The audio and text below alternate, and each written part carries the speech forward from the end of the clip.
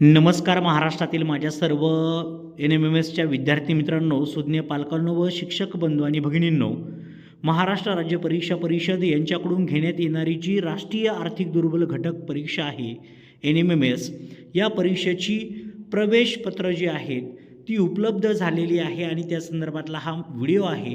विद्यार्थी मित्रांनो, 28 डिसेंबर 2025 रोजी जी परीक्षा घेण्यात येणार आहे, या परीक्षेसाठी 758 केंद्रावर ही परीक्षा घेण्यात येणार असून 13,789 शाळा व 2,50,544 विद्यार्थ्यांनी नोंद केलेली आहे.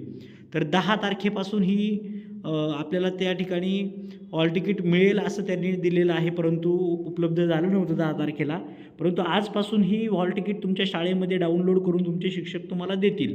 महत्त्वाचा मुद्दा, जर तुमचा ही अडचण असेल तर खूप मोठा पर्याय त्या ठिकाणी तुमच्यासाठी महत्त्वाचा मुद्दा आहे, कारण की हे जर केलं नाही तर तुम्हाला स्कॉलरशिप पुढे भविष्यात मिळण्यास अडचण येऊ शकते. ते म्हणजेच सदर प्रवेशपत्रात विद्यार्थ्याचे नाव, वडिलांचे नाव, आडनाव, आईचे नाव यामधील स्पेलिंग दुरुस्ती असल्यास, तसेच जन्मतारीख, जात, आधार कार्ड इत्यादींमध्ये दुरुस्ती असल्यास सदर दुरुस्ती करण्यासाठी दिनांक 27/12/2025 म्हणजे परीक्षेच्या 1 दिवस आधीपर्यंतचा वेळ आहे.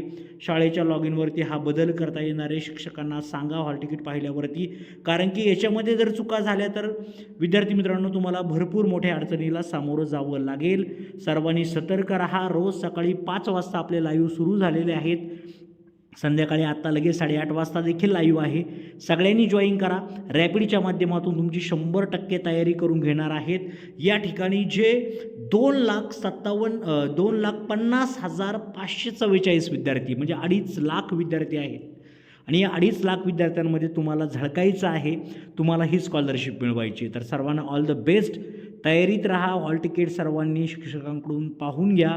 काही चुका असतील, काही बदल असेल तर तात्काळ त्यांना सांगा, कारण की या गोष्टी भविष्यामध्ये खूप मोठी अडचण तयार करत असतात.